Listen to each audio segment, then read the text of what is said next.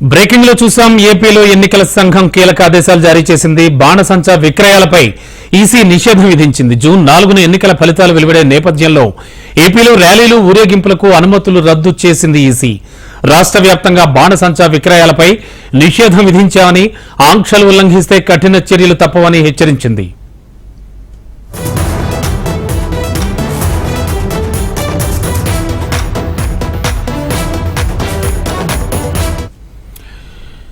Breaking లో చూస్తున్నాం. ఏపీలో ఎన్నికల సంఘం కీలక ఆదేశాలు జారీ చేసింది. బాణసంచా విక్రయాలపై నిషేధాన్ని విధించింది. జూన్ 4న ఎన్నికల ఫలితాలు వెలువడే నేపథ్యంలో ఏపీలో ర్యాలీలు ఊరేగింపులకు అనుమతులు రద్దు చేసింది ఈసీ. రాష్ట్ర వ్యాప్తంగా బాణసంచా విక్రయాలపై నిషేధం విధించామని, ఆంక్షలు ఉల్లంఘిస్తే కఠిన చర్యలు తప్పవని హెచ్చరిస్తోంది ఈసీ. ఇదే అంశానికి సంబంధించి ఏపీలో సిచ్యువేషన్ ఏంటో వివరించడానికి మా కరెస్పాండెంట్ కాంతి సిద్ధంగా ఉన్నారు విజయవాడ నుంచి. కాంతి, ఏం జరుగుతోంది? ఆల్రెడీ అటు తిరుపతిలో కూడా హై అలర్ట్ ప్రకటించింది. వారం ముందే ఆల్రెడీ అక్కడ కూడా చాలా కీలకమైన ఆదేశాలు జారీ చేసింది. అలాగే రాష్ట్ర వ్యాప్తంగా కూడా కొన్ని కీలకమైన ప్రదేశాల్లో కీలక ఆంక్షలు జారీ చేస్తోంది.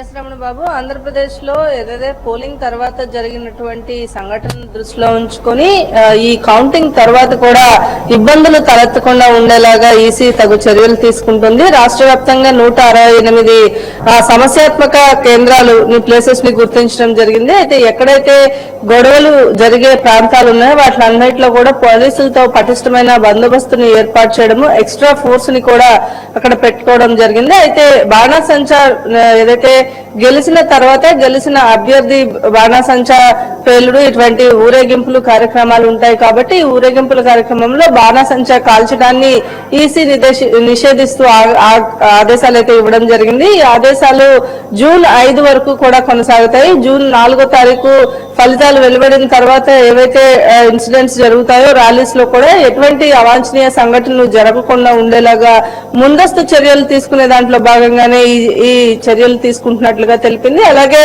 144 సెక్షన్ రాష్ట్ర వ్యాప్తంగా అమలులో ఉంటుంది కాబట్టి ప్రతి చోట కూడా ఈ గుంపులుగా తిరగడము, అలాగే అల్లర్లకు ముందుగానే ఏదైతే కార్డన్ సర్చ్లు ప్రతి జిల్లా వ్యాప్తంగా కూడా పోలీసులు నిర్వహిస్తున్నారు. అలాగే కలెక్టర్స్ అందరూ కూడా ఎక్కడికక్కడ అన్ని వర్తక సంఘాల వారితోటి కూడా ముందుగానే చెప్పారు. అలాగే పెట్రోల్స్ బాటిల్స్ లో పోయడం అనేది కూడా నిషేధించడం జరిగింది. ఇవన్నీ కూడా పోలింగ్ తర్వాత జరిగినటువంటి సంఘటనల దృష్టిలో ఉంచుకుని ఈసీ కొన్ని నియమ నిబంధనలు ఇవ్వడం జరిగింది. అందులో భాగంగానే ఈ రోజు బాణసంచా నిషేధాన్ని కూడా ఇవ్వడం జరిగింది. రాష్ట్ర వ్యాప్తంగా అన్ని నియోజకవర్గాల్లో కూడా బాణసంచా అనేది ఎక్కడ కూడా అమ్మకాలు నిషేధించింది. సో ఈ జూన్ 4 ఏదైతే కౌంటింగ్ ఉంటుందో కౌంటింగ్ తర్వాత రోజు కూడా ఈ బాణసంచా నిషేధం అయితే కొనసాగుతుంది. జూన్ 6 నుంచి మళ్ళీ బాణసంచా అమ్మకాలు అనేవి కొనసాగే అవకాశం ఉందని కూడా తెలిపింది. ఈ నేపథ్యంలో రాష్ట్ర వ్యాప్తంగా అన్ని జిల్లా కలెక్టర్లకు కూడా బాణసంచాకి సంబంధించి అలాగే పెట్రోల్ అమ్మకాలకి సంబంధించి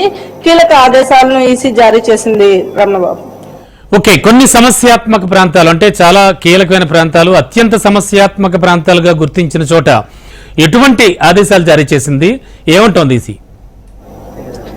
ఆల్రెడీ ఎక్కడైతే గొడవలు పోలింగ్ తర్వాత జరిగాయో ఆ పోలింగ్ జరిగిన తర్వాత సంఘటనను దృష్టిలో ఉంచుకొని కొన్ని కీలక ఆదేశాలను ఇప్పటికే ప్రకటించడం జరిగింది. అలాగే పోలీసులు ప్రతి ఒక్కరూ కూడా కార్డన్ సర్చ్ అనేది చేస్తూ ఉన్నారు. జిల్లాలలో ఎక్కడైతే ఇబ్బందికర ప్రాంతాలు ఉన్నాయో అక్కడ పోలీస్ పికెటింగ్ అనేది ప్రత్యేకంగా ఏర్పాటు చేయడం జరిగింది. అలాగే ఇప్పటి వరకు అంటే కౌంటింగ్ జరిగే తెల్లారి కాకుండా కౌంటింగ్ తర్వాత వారం రోజుల వరకు కూడా ఈ పోలీస్ పికెటింగ్ అనేది ఎక్కడికక్కడ సమస్యాత్మక కేంద్రాలు ఎక్కడున్నాయో అక్కడ ఖచ్చితంగా ఇవన్నీ కూడా ఉండేలాగా దిశానిర్దేశం చేయడం జరిగింది. అలాగే ఈసీ ఆదేశాల మేరకు ఇప్పటికే రాష్ట్ర వ్యాప్తంగా సమస్యాత్మక కేంద్రాలు కొన్ని సెన్సిటివ్ ఏరియాస్ ని కూడా ఐడెంటిఫై చేయడం జరిగింది. ఆ సెన్సిటివ్ ఏరియాస్ లో కూడా ఇప్పటికే పోలీసు బలగాల మోహరింపు అనేది జరిగింది. అలాగే కౌంటింగ్ రోజు నుంచి వారం రోజుల పాటు తర్వాత వారం రోజులు కూడా ఈ పోలీసు బలగాల మోహరింపు అనేది అక్కడే ఉండేలాగా వారికి తగిన ఆంక్షల్ని ఇవ్వడం కూడా జరిగింది.